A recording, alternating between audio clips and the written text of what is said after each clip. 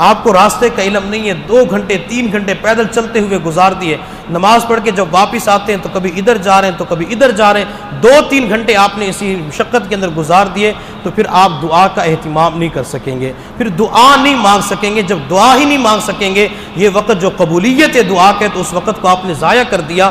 اس لیے سارا وقت اپنے خیمے کے اندر گزارے اور اسی خیمے کے اندر رہ کر اپنی نمازیں پڑھیں، تلاوت کریں، ذکر و اذکار کریں، دعا کا اہتمام کریں۔ ظہر کی نماز اور عصر کی نماز ہم نے عرفات کے میدان میں پڑھنی ہے۔ مسجد نمرہ کے اندر جو نماز ہوگی وہ ظہر کے وقت عصر اور ظہر کی اکٹھی ہوگی، لیکن ہم نے اپنے خیمے کے اندر جو نماز پڑھنی ہے، ظہر کی نماز ظہر کے وقت میں ادا کرنی ہے، عصر کی نماز عصر کے وقت میں ادا کرنی ہے۔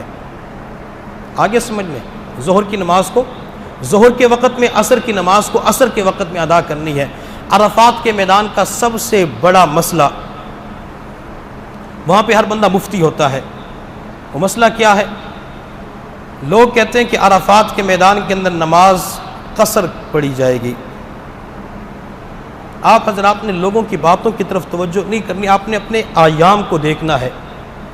اگر آپ مکہ کے اندر 15 دن یا اس سے کم ٹھہرنے کا ارادہ ہے، آپ کی جو ترتیب ہے 15 دن یا اس سے کم ٹھہرنے کی ترتیب ہے، تو پھر آپ حضرات نے عرفات کے میدان کے اندر نماز قصر پڑھنی ہے۔ اگر 15 دن سے زیادہ ٹھہرنے کی آپ حضرات کی ترتیب ہے تو عرفات کے میدان کے اندر نماز پوری پڑھنی ہوگی۔ لہٰذا کسی کی باتوں کی طرف نہ جائیں کہ مینا جو ہے یہ مکہ سے علیحدہ ہو چکا ہے، یہ عرفات بھی علیحدہ ہو چکے، کسی کی باتوں میں نے آپ نے مکہ کے ایام کو دیکھنا کہ مکہ کے اندر میرے دن گزارنے کی ترتیب کتنی ہے۔ 15 دن سے کم ہے تو میں عرفات میں جا کے قصر پڑھوں گا، اگر 15 دن سے زیادہ ٹھہرنے کی ترتیب ہے تو آپ حضرات نے عرفات کے میدان میں نماز مکمل پڑھنی ہے، ظہر کو عصر کے وقت میں، عصر کو ظہر کے وقت میں، ٹھیک ہے؟ ہاں، ظہر کو ظہر کے وقت میں اور عصر کو عصر کے وقت میں ادا کرنی ہے۔ عرفات کے میدان کے اندر ایک مسنون عمل ہے، وہ ہے کھلے آسمان تلے کھڑے ہو کر دعا کرنا۔ اپنے خیموں کے اندر جب آپ موجود ہوں گے تو آپ کے سر کے اوپر سائبان ہوگا، سایہ ہوگا، تو خیموں سے نکل کر عصر کے بعد کھلے آسمان تلے کسی جگہ کھڑے ہو جائیں اور قبلہ کی طرف رخ کر کے پھر لمبی دعا کا اہتمام کریں۔ بعض دفعہ بندہ اکیلے دعا نہیں کر سکتا تو گروپ کی صورت کے اندر دعا کا اہتمام کرے، کبھی یہ ساتھی کروا لے تو کبھی وہ کروا لے، اور بعض مرتبہ میں دعا کرنے کا طریقہ ہی نہیں آتا، کہتے ہیں میں تو دعا کروا ہی نہیں سکتا۔ یہاں سے دعائیں سیکھ کے جائیں، آپ نے مکہ کے اندر جو وقت گزارنے وہاں پہ دعائیں مانگنا سیکھیں، لمبی لمبی دعائیں کریں تاکہ عرفات کے میدان کے اندر دعاؤں کا اہتمام کر سکیں، چونکہ آج اللہ تعالیٰ آسمان دنیا پہ نزول فرما چکے ہیں، اللہ بخشش فرمانا چاہتے ہیں، اللہ کی رحمت عروج پر ہے۔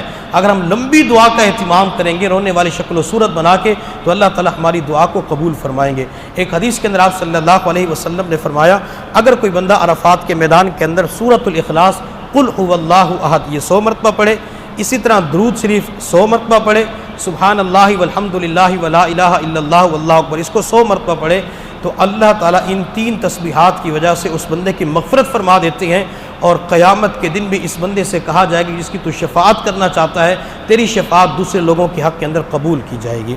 تو ان تسبیحات کا بھی اہتمام کر سکتے، ورنہ جو ذکر وہاں پہ کر سکتی ہے۔ تو عرفات کے میدان جی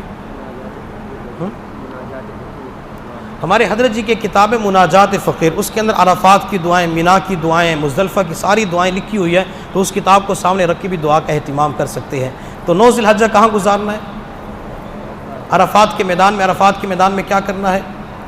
ظہر اور عصر کی نماز پڑھنی ہے، ظہر کو ظہر کے وقت میں، عصر کو عصر کے وقت میں، قصر پڑھنی ہے یہ پوری پڑھنی ہے، وہ آپ نے اپنے ایام کو دیکھ کے فیصلہ کرنا ہے۔ جب سورج غروب ہو عرفات کے میدان کے اندر تو وہاں سے ہم نے مزدلفہ کی طرف نکلنا ہے۔ مغرب کی نماز ہم نے عرفات کے میدان میں ادا نہیں کرنی۔ میں نے پہلے بتلایا کہ دین شوق پورے کرنے کا نام نہیں ہے بلکہ دین اتباع کا نام ہے۔ اب بندہ کہتے ہیں یہیں سے مغرب پڑھ کے چلا جاتا ہوں، لیکن شریعت کہتے ہیں کہ نہیں، اب یہاں حکم بدل چکا ہے۔ مغرب کے وقت کے اندر آپ نے مغرب کی نماز آج پڑھنی ہی نہیں ہے، بلکہ عشاء کے وقت میں آپ نے عشاء اور مغرب کی نماز کو اکٹھے کر کے ادا کرنا ہے۔ تو لہٰذا یہاں سے آپ نکلیں گے، مزدلفہ کے میدان کی طرف جائیں گے، اور یہاں بھی الحمدللہ جو سرکاری طور پہ جانے والے ہیں ان حضرات کے لیے ٹرین کی سہولت ہوتی ہے، یہ چند منٹ کے اندر مزدلفہ کے اندر پہنچ جائیں گے۔ جو مشکل ہوتی ہے اپنے خیمے سے گاڑی تک پہنچنے کی مشکل ہے، اس میں 1 گھنٹہ بھی لگ سکتا ہے، 1.5 گھنٹہ بھی لگ سکتا ہے، آدھا گھنٹہ بھی لگ سکتا ہے، ورنہ ٹرین کے اندر زیادہ وقت نہیں لگتا۔ عرفات سے مزدلفہ یہ 5 یا 6 منٹ کے اندر انشاءاللہ آسانی کے ساتھ پہنچ جائیں گے۔ مزدلفہ کے اندر آپ رات کو چاہے 10 بجے پہنچتے ہیں، چاہے 12 بجے پہنچتے ہیں، چاہے 2 بجے پہنچتے ہیں، آپ نے مغرب اور عشاء راستے کے اندر ادا نہیں کرنی، بلکہ مزدلفہ کے اندر جا کے ادا کرنی ہے۔ جب مزدلفہ کے اندر پہنچ جائیں تو 1 اذان اور 2 اقامتوں کے ساتھ مغرب اور عشاء کی نماز پڑھنی ہوتی ہے۔ گروپ کی صورت کے اندر جماعت کا اہتمام کریں، ایک ساتھی اذان دے، وہاں پہ مختلف اذانیں ہو رہی ہوتی ہیں۔ اذان دینے کے بعد مغرب کے 3 فرض پڑھیں، پھر اس کے بعد تکبیر کہے اور عشاء کے فرض پڑھیں۔ اب آپ کے اوپر ہے کہ آپ نے نماز پوری پڑھنی ہے یا قصر پڑھنی ہے۔ فرض ادا کرنے کے بعد مغرب کی 2 سنتیں پڑھیں، پھر عشاء کی 2 سنتیں، اور اس کے بعد عشاء کے 3 وتر پڑھیں۔ آگے طریقہ نماز کا ہی ہے، مشکل نہیں ہے، ٹھیک ہے۔ پہلے مغرب کے 3 فرض، اس کے بعد عشاء کے فرض، اس کے بعد مغرب کی سنتیں، پھر عشاء کی سنتیں، اور اس کے بعد وتر پڑھنے ہیں۔ یہ آپ نے مزدلفہ کے اندر نماز پڑھنی، اس کے بعد مزدلفہ کے اندر آپ نے رات گزارنی ہے۔ رات کھلے آسمان تلے گزاریں گے۔ یہ رات کو مزدلفہ کے اندر آرام کرنا حضور صلی اللہ علیہ وسلم کی سنت ہے۔ اگر نیند نہ بھی آئے تو سنت کی نیت کے ساتھ آپ لیٹ جائیں، رات بھی گزر جائے گی، انشاءاللہ نیند بھی آ جائے گی، اور سنت کی اتباع کی وجہ سے آپ کو ثواب بھی مل جائے گا۔ فجر کی نماز اور دن کیا بنے گا آج؟ 10 ذی الحجہ۔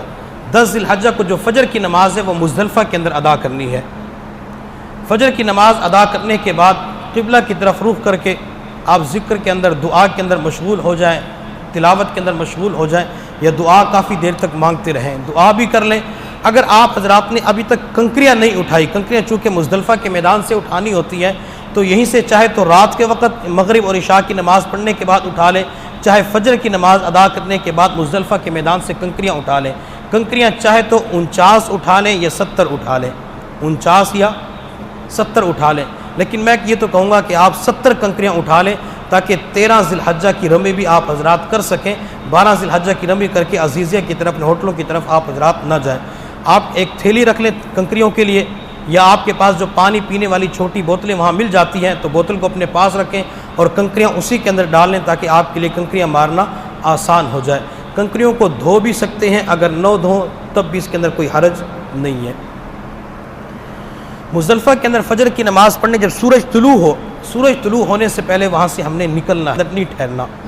یہاں سے نکلنے کے بعد ہم نے چاہے تو مینا کی طرف چلے جائیں اور چاہے تو شیطان کو کنکریاں مارنے کے لیے چلے جائیں۔ خاص طور پہ جو سرکاری طور پہ جانے والے حضرات ہیں، میں ان کی خدمت کے اندر گزارش کروں گا کہ جب یہ مزدلفہ کے میدان سے نکلیں تو اپنے خیموں کی طرف، مینا کی طرف نہ جائیں، بلکہ سیدھے یہ جمرات کی طرف چلے جائیں۔ ٹرین کے اوپر سوار ہوں گے، پہلا جو اسٹیشن آئے گا وہ مینا کا آئے گا۔ مینا کے اندر 3 اسٹیشن بنے ہوئے، 1 2 3۔ اس کے بعد گاڑی جاتی ہے جمرات کی طرف، تو مینا اسٹیشن پہ نہ اترے، کسی ساتھی سے پوچھ لے کہ جمرات اسٹیشن ہے یا مینا کا اسٹیشن ہے۔ جمرات کہتے ہیں شیطان کو کنکریاں مارنے والی جگہ، تو سیدھے جمرات پہ چلے جائیں۔ جب فجر کی نماز سورج طلوع ہونے سے پہلے مزدلفہ کے میدان سے نکلیں گے، اسٹیشن تک پہنچتے ہوئے آدھا گھنٹہ لگ گیا، 40 منٹ لگ گئے، تو گویا کہ 7 بجے یہ ٹرین کے اندر سوار ہو جائیں گے، وہاں سے سیدھے جمرات پہ جائیں گے۔ جب 7 ساڑھے 7 بجے جمرات کے پاس پہنچیں گے تو یوں سمجھ لیں کہ یہ دیوار ہے، یہ جمرہ ہے، اور بندہ یہاں پہ کھڑے ہو کے بالکل آسانی سے کنکریاں مار سکتا ہے۔ البتہ جو پیدل جانے والے حضرات جنہوں نے نیچے سے جا کے کنکریاں مارنی ہوتی ہیں، ان حضرات کے لیے مشکل ہوتی ہیں، وہ صبح کے وقت نہ جائیں، بلکہ وہ ظہر کے بعد جائیں یا عصر کی نماز پڑھ کے جائیں، چونکہ اس وقت رش کم ہو چکا ہوتا ہے۔ سرکاری طور پہ جانے والے وہ ٹرین کی سہولت سے فائدہ اٹھاتے ہوئے صبح کے وقت جمرات پہ جا کے کنکریاں مارے۔ جب میں نے پچھلے 2 سال پہلے حج کیا تھا، الحمدللہ مزدلفہ کے میدان سے نکل کر سیدھے جمرات پہ چلے گئے، صبح 8 بجے کنکریاں مار کے الحمدللہ فارغ ہو چکے تھے، اور بندہ دیوار کے پاس کھڑے ہو کنکریاں مار لیتا ہے۔ تو پہلے دن 10 ذی الحجہ کو صرف بڑے شیطان کو 7 کنکریاں مارنی ہے، جس کو جمرہ عقبہ کہتے ہیں۔ کنکریاں مار کر اپنے خیمے کے اندر واپس آ جائیں۔ اگلا عمل ہے قربانی کا، اور یہ عمل بھی 10 ذی الحجہ کو ہوتا ہے۔